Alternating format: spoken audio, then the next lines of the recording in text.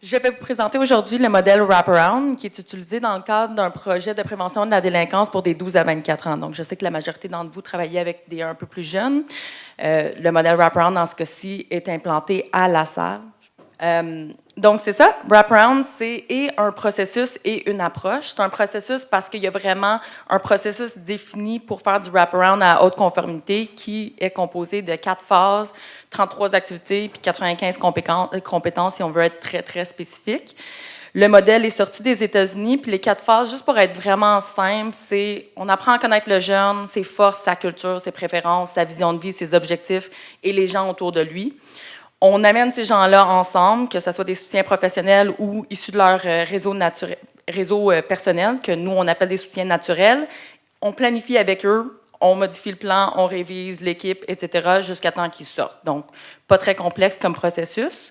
Au niveau de la philosophie, bien sûr, si je suis ici, c'est que c'est une philosophie quand même assez semblable à la vôtre. Juste pour mentionner, il y a 15 principes et 8 valeurs. En mentionner quelques-unes, c'est vraiment un modèle qui est ultra individualisé. Donc, toutes les composantes, tout ce qu'on fait, notre intention est toujours de s'adapter aux jeunes, à la personne. Aussi, je l'ai mentionné, ça va venir mettre ensemble non seulement les soutiens professionnels, mais les soutiens naturels. Et c'est vraiment axé sur améliorer la participation et l'implication du jeune dans sa communauté. Donc, Delphine parlait du modèle écosystémique. Wraparound aussi a cette optique-là. Le pourquoi du wraparound, tout simplement, c'est parce que au départ, le modèle traditionnel présentait une option d'aller voir quelqu'un, lui conter son histoire. La personne était apte à identifier certains problèmes et accompagner la personne à des ressources. Par contre, comme on l'a vu avec un des messieurs ce matin, la causalité peut être assez problématique de dire c'est à cause de ça que tu as ton comportement. Donc, Wraparound a été défini pour spécifiquement appuyer des personnes qui avaient des besoins complexes, persistants et multiples. Donc, Wraparound ne vise pas des personnes qui ont un seul besoin, ça vise vraiment des personnes pour qui ça fait longtemps que ça ne marche pas. Et l'optique est, au lieu d'avoir 20 rencontres avec 20 intervenants en un mois et de perdre sa job parce que son enfant a des troubles de comportement, l'optique, c'est d'avoir une rencontre, peut-être à chaque semaine, peut-être à chaque 2 semaines ou à chaque mois, mais d'avoir tous les gens autour de la même table, intégrer les efforts, avoir plus de créativité, plus de paires de lunettes différentes et de fonctionner selon pas des problèmes, mais la vision de vie du jeune. Donc, vraiment en écoutant la voix et le choix du jeune. Pour vous aider à comprendre un peu mieux le processus et la philosophie, je vais vous parler de Janie, qui est une jeune de 17 ans, qui a été référée au projet parce qu'elle avait quand même un passé assez délinquant. Quand elle est référée au projet, par contre, elle commence déjà à s'en sortir. Il y a quand même des affaires de magnifiques qui se passent dans sa vie. Elle est un leader dans un groupe de jeunes à son école. Elle participe à plein de sports. Elle est hyper, ultra sociale avec des adultes et avec des jeunes. Et malgré le fait qu'elle a 3 ans de retard scolaire, elle veut graduer du secondaire. Par contre, Janie a quand même plusieurs besoins. Elle a pas assez à manger. Elle est toujours à risque de se faire expulser de chez elle. La relation avec sa mère est difficile. Il y a des agressions, etc. Elle n'a pas de moyens de transport pour se rendre à l'école, etc.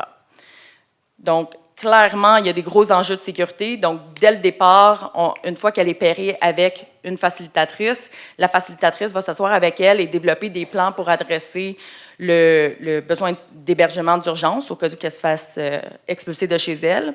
Et la jeune va choisir elle-même ses stratégies selon ses propres forces, ses préférences et va impliquer une amie, son coach, son tuteur scolaire et son copain.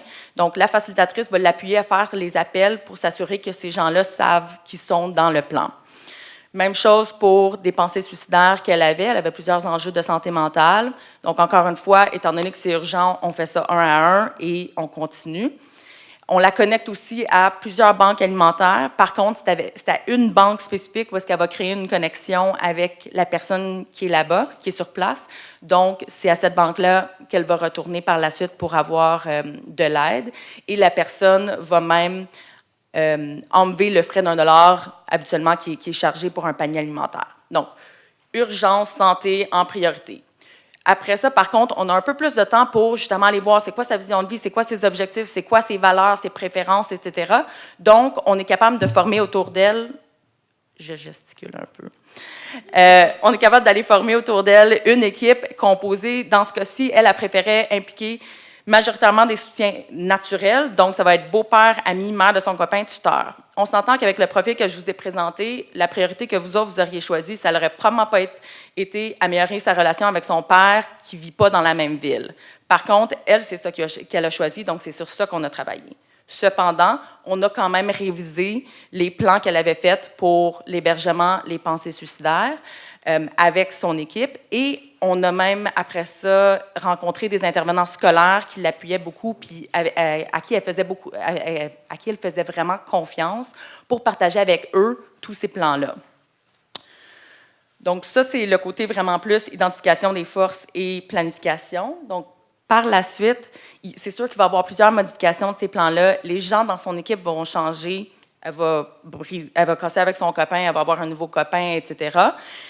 Par contre, elle utilise ses plans, même que quand elle va visiter son père, il y a un enjeu de sécurité justement qui se passe. Elle partage son plan avec ses cousins sur place pour qu'ils soient capables de l'aider à mettre en œuvre les stratégies qu'elle avait développées avec son équipe.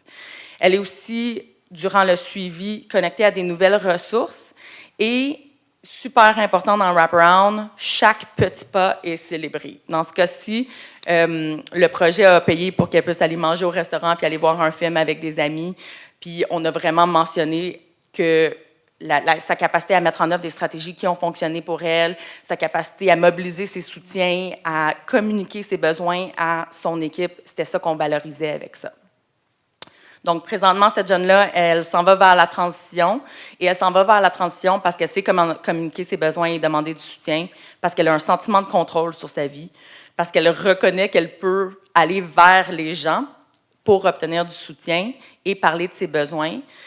Aussi, avec plein de priorités comme ça qui sont quand même toutes urgentes puis est toujours un peu en crise, Wraparound l'a comme aidé à voir le panorama et décortiquer tout ça en plus petit et en partie digestible pour elle, selon où est-ce qu'elle est émotionnellement, elle.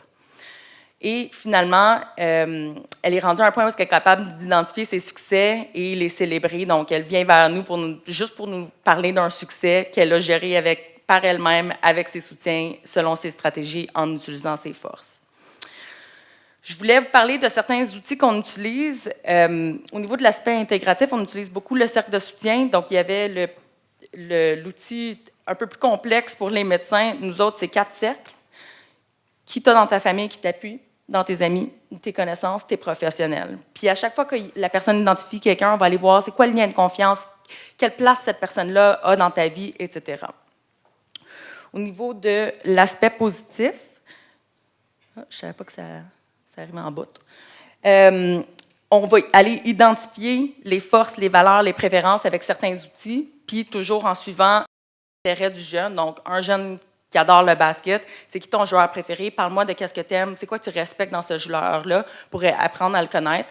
Au niveau de refléter les forces du jeune, on va aller utiliser les intérêts du jeune. Donc, un jeune qui parle de super-héros, quoi que ce soit, OK, si tu étais un super-héros, ça serait quoi ton nom? Ça serait quoi tes super skills? Ça serait qui ton crew, etc.